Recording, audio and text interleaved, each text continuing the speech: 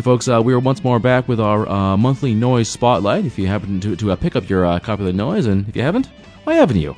You'll see that the cover artist for this month is John I, and he's joining us right here in the studio today. John, thanks for coming here, man. Welcome to the show. Thanks for having me, Max. All right. Now, just wanted to jump right into things here. Which I was checking out your site, and one of the things I saw that kind of caught my eye. You describe yourself as someone who paints with sound. Now, what do you mean? What do you mean by that? I mean, how do you take something audio and make it into something visual? Well, actually, I think it's sort of the opposite for me. I'm taking something that's visual in my head and turning it into audio.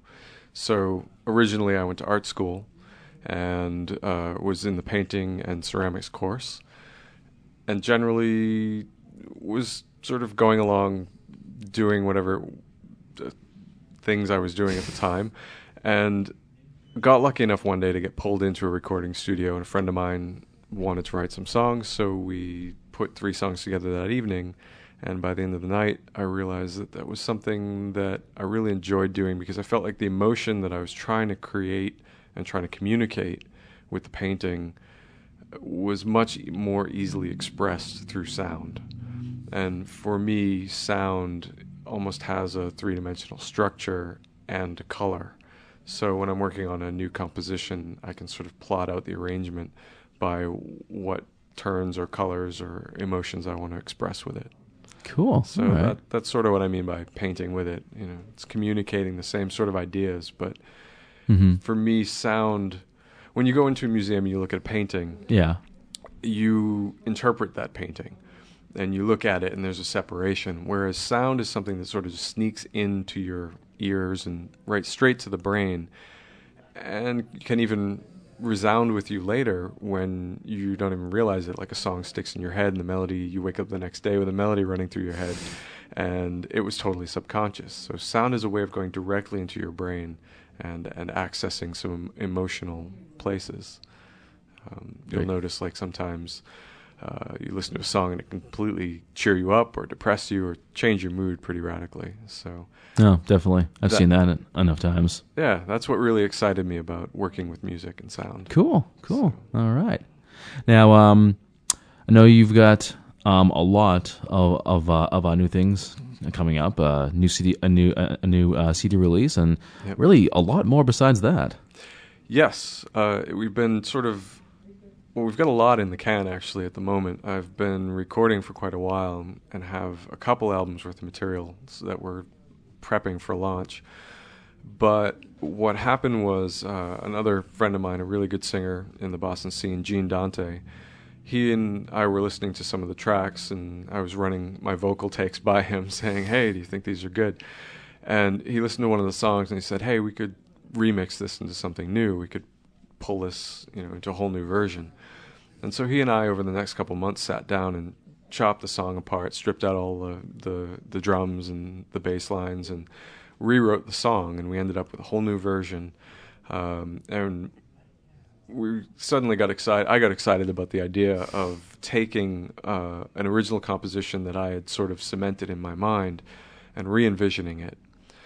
So I started talking to several different producers throughout New England. Some who do like house music, and some who do hip hop and whatever. And so even like my friend Bill T. Miller does a lot of like crazy noise stuff. You may know him from Orgy of Noise or Out of Band Experience.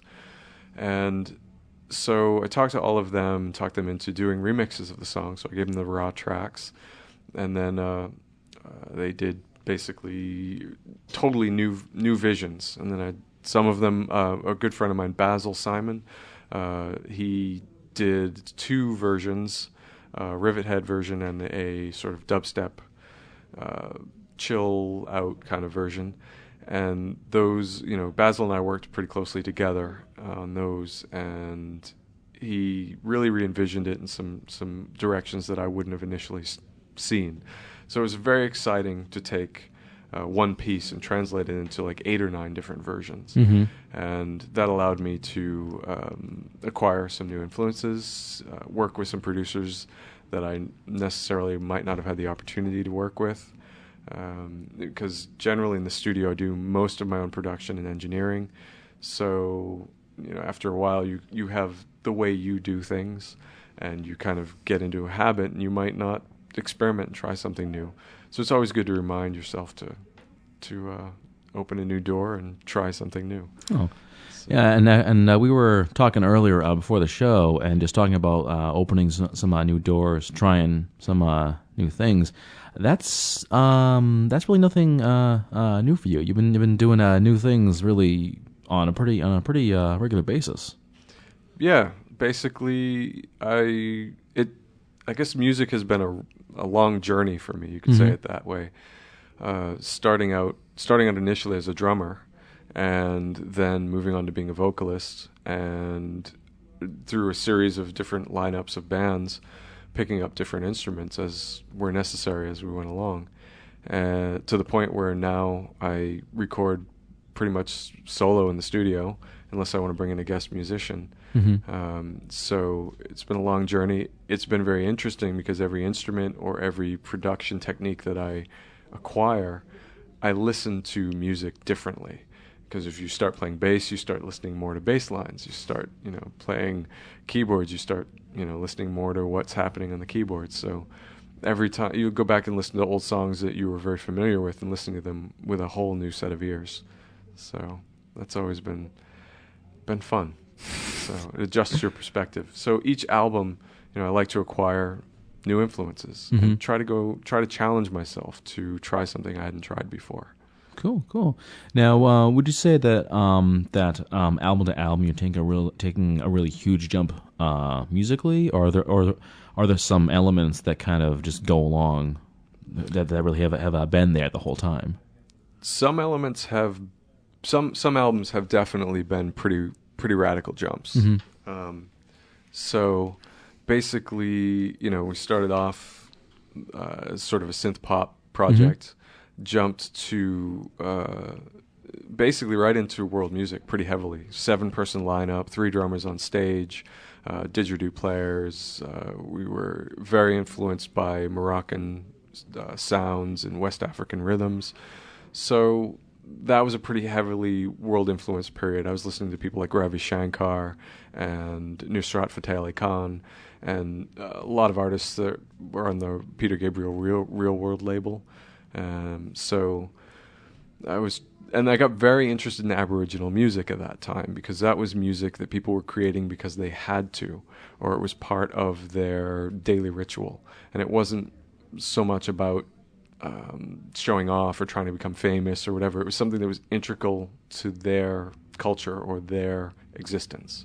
And so that kind of raw emotion is what attracted me to that kind of music. And so we did that for a couple albums, and then basically we toured for quite a few years with that kind of sound, big tours, big band on stage, lots of gear, and that was a lot of fun, because you set up all the gear and you look at the stage and it just looks like some dinosaur rolled in.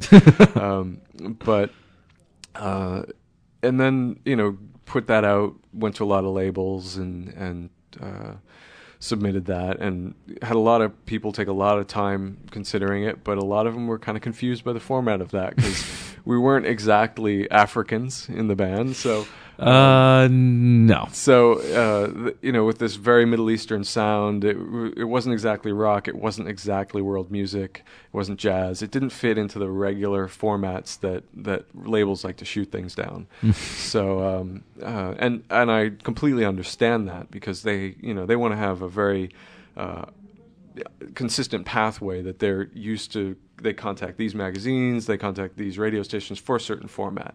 So I understand, it makes sense.